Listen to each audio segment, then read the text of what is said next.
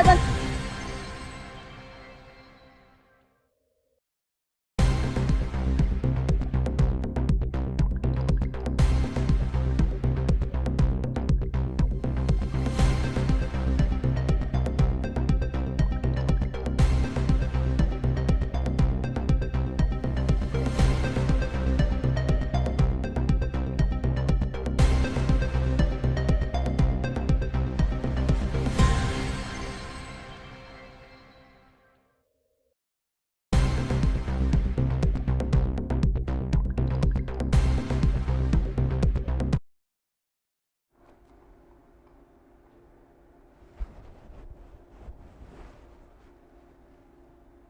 ಗೃಹಲಕ್ಷ್ಮಿ ಯೋಜನೆ ಹಣದ ವಿಚಾರವಾಗಿ ವಿಧಾನಸಭೆ ಅಧಿವೇಶನದಲ್ಲಿ ತಪ್ಪು ಮಾಹಿತಿ ನೀಡಿ ವಿರೋಧ ಪಕ್ಷಗಳ ತೀವ್ರ ಟೀಕೆ ವಿರೋಧಕ್ಕೆ ಗುರಿಯಾಗಿರುವ ಮಹಿಳಾ ಮತ್ತು ಮಕ್ಕಳ ಕಲ್ಯಾಣ ಸಚಿವೆ ಲಕ್ಷ್ಮಿ ಹೆಬ್ಬಾಳ್ಕರ್ ಸದನದಲ್ಲಿ ಸ್ಪಷ್ಟನೆ ನೀಡಿದರು.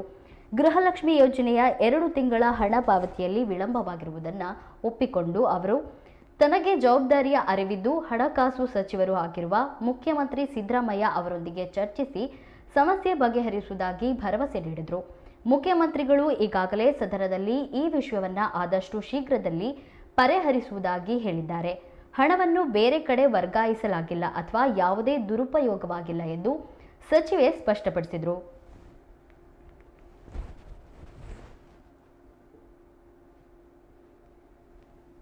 ಯೋಜನೆ ಅಂತ ನಾನು ಹೇಳಲಿಕ್ಕೆ ಬಯಸ್ತೇನೆ.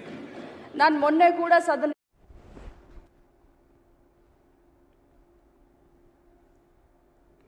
2 ತಿಂಗಳ ಹಣ ಪಾವತಿಯಲ್ಲಿ ವ್ಯತ್ಯಯವಾಗಿರುವುದು ಪರಿಶೀಲನೆ ವೇಳೆ ಬೆಳಕಿಗೆ ಬಂದಿದ್ದು ಮುಂದಿನ ದಿನಗಳಲ್ಲಿ ಅದನ್ನು ಸರಿಪಡಿಸುವುದಾಗಿ ಅವರು ತಿಳಿಸಿದರು. ತಮ್ಮ ಮಾತಿನಿಂದ ಯಾರಿಗಾದರೂ ನೋವಾಗಿದ್ದರೆ ವಿಷಾದ ವ್ಯಕ್ತಪಡಿಸುವುದಾಗಿ ಲಕ್ಷ್ಮಿ ಹೇಳಿದರು. ಅಷ್ಟರಲ್ಲಿ ಅರವಿಂದ್ ಬೆಲ್ಲದ್ ಸೇರಿದಂತೆ ಪ್ರತಿಪಕ್ಷದ ನಾಯಕರು ಕ್ಷಮೆಗೆ ಆಗ್ರಹಿಸಿದರು. ಇದೇ ವೇಳೆ ಸದನದಲ್ಲಿ ಗದ್ದಲದ ವಾತಾವರಣ ಸೃಷ್ಟಿಯಾಯಿತು. ಯೋಜನೆ ಅಂತ ನಾನು ಹೇಳಲಿಕ್ಕೆ ಬಯಸ್ತೇನೆ. ನಾನು ಮೊನ್ನೆ ಕೂಡ ಸದನಕ್ಕೆ ಒಂದು ಮಾತನ್ನು ಹೇಳಿದೆ. ಇಲ್ಲಿಯವರೆಗೆ 23 ಕಂತುಗಳನ್ನು ಹಾಕಿದ್ದೇವೆ.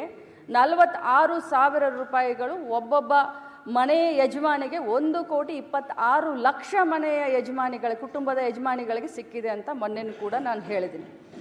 ಈ ಹೇಳುವಂಥ ಸಂದರ್ಭದಲ್ಲಿ ಪದೇ ಪದೇ ಅವರು ಹೇಳ್ತಾ ಇದ್ರು, ನನಗೆ ಫೆಬ್ರವರಿ ಮತ್ತು ಮಾರ್ಚ್ ಇದು ಬಂದಿಲ್ಲ ಅಂತ ಹೇಳ್ತಾ ಇದ್ರು ಸದಸ್ಯರು. ನಾನು ಹೇಳಿದೆ ಆಗಸ್ಟ್ವರೆಗೂ ಕ್ಲಿಯರ್ ಮಾಡಿದ್ದೀನಿ ಅಂತ ನಾನು ಹೇಳಿದೆ. ಮಾನ್ಯ ವಿರೋಧ ಪಕ್ಷದ ನಾಯಕರು ಕೂಡ ಹೇಳಲಿಕ್ಕೆ ಬಯಸ್ತೀನಿ, ತಾವು ಭಾಳಷ್ಟು ಅನುಭವಿಸ್ತಿದ್ದೀರಿ ಸರ್. ಇಲ್ಲಿ ಆರೋಪ ಪ್ರತ್ಯಾರೋಪಕ್ಕಿನ್ನ ನಾನು ಮಂತ್ರಿ ಆದಮೇಲೆ ನಾನು ಮೊದಲನೇ ಬಾರಿ ಮಂತ್ರಿ ಆಗಿದ್ದೀನಿ. ಅತ್ಯಂತ ಭಕ್ತಿ ಭಾವನೆಯಿಂದ, ಪೂಜ್ಯ ಭಾವನೆಯಿಂದ, ಯಾಕಂದರೆ ಬಹಳ ದೊಡ್ಡ ಪುಣ್ಯದ ಕೆಲಸ ಮಾಡ್ತಾ ಇದ್ದೀವಿ. ಗೃಹಲಕ್ಷ್ಮಿ ಯೋಜನೆ ಮನೆಯಲ್ಲಿ ಯಾರು ನಮಗೆ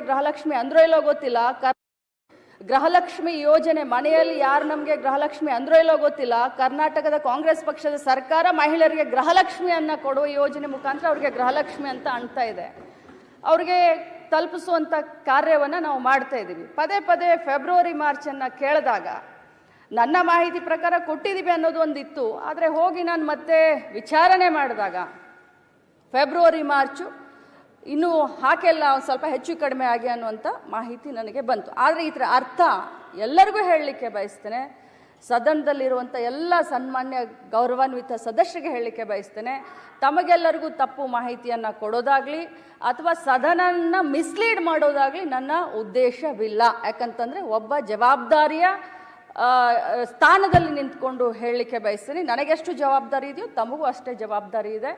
ನಾನು ಖಂಡಿತವಾಗಲೂ ಫೈನಾನ್ಸ್ ಮಿನಿಸ್ಟ್ರು ಸಿದ್ದರಾಮಯ್ಯ ಸಾಹೇಬ್ರಿದ್ದಾರೆ, ಮುಖ್ಯಮಂತ್ರಿಗಳಿದ್ದಾರೆ, ಫೈನಾನ್ಸ್ ಡಿಪಾರ್ಟ್ಮೆಂಟ್ ಹತ್ರ ಮಾತಾಡ್ತೀವಿ. ಯಾಕೆ 2 ತಿಂಗಳದ ವ್ಯತ್ಯಯ ಆಯಿತು, ಆಗಿದ್ರೆ ಅದನ್ನು ಮಾತಾಡಿ ಆದಷ್ಟು ಶೀಘ್ರದಲ್ಲೇ, ಮೊನ್ನೆ ಹೌಸ್ನಲ್ಲಿ ಮುಖ್ಯಮಂತ್ರಿಗಳು ಕೂಡ ಹೇಳಿದ್ದಾರೆ, ಅದನ್ನು ಆಗಲಿಲ್ಲ ಅಂತಂದರೆ ಶೀಘ್ರದಲ್ಲಿ ಮಾಡ್ತೀವಿ. ಬಟ್ ಇದರ ಅರ್ಥ ಆ ದುಡ್ಡನ್ನ ಬೇರೆ ಕಡೆ ಡೈವರ್ಟ್ ಆಯಿತು, ಅದಾಯಿತು ಇದಾಯಿತು ಅಂತಲ್ಲ. ಬಟ್ ಒಂದೇ ಮಾತನ್ನು ಹೇಳ್ತೀನಿ, 2 ತಿಂಗಳದ್ದು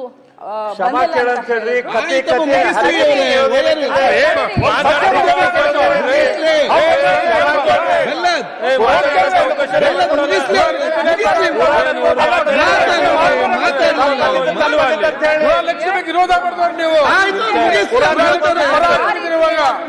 ಅವ್ರು ಹೇಳ್ತಾರಲ್ಲ ಲಾಸ್ಟ್ ಮುಗಿಸ್ಲಿಲ್ಲ ಅವ್ರು ಮುಗಿಸ ಮುಂಚಾಕ ಅಂತ ಹೇಳ್ತೀರಿ ಏನ್ ಮಾತಾಡ್ತಾರೆ ಮಾತಾಡ್ತಾರೆ ಶಿವಲಿಂಗೌಡ್ರ ಕೂತ್ಕೊಳ್ಳೊಮ್ಮೆ ಶಿವಲಿಂಗೌಡ್ರ ಕೂತ್ ಆಯ್ತು. ಯಶಸ್ವಿಯಾದಂಥ ಯೋಜನೆ ಅಂತ ನಾನು ಹೇಳಲಿಕ್ಕೆ ಬಯಸ್ತೇನೆ. ನಾನು ಮೊನ್ನೆ ಕೂಡ ಸದನಕ್ಕೆ ಒಂದು ಮಾತನ್ನು ಹೇಳಿದೆ. ಇಲ್ಲಿಯವರೆಗೆ 23 ಕಂತುಗಳನ್ನು ಹಾಕಿದ್ದೇವೆ. 46,000 ರೂಪಾಯಿಗಳು ಒಬ್ಬೊಬ್ಬ ಮನೆಯ ಯಜಮಾನಿಗೆ 1,26,00,000 ಮನೆಯ ಯಜಮಾನಿಗಳ ಕುಟುಂಬದ ಯಜಮಾನಿಗಳಿಗೆ ಸಿಕ್ಕಿದೆ ಅಂತ ಮೊನ್ನೆ ಕೂಡ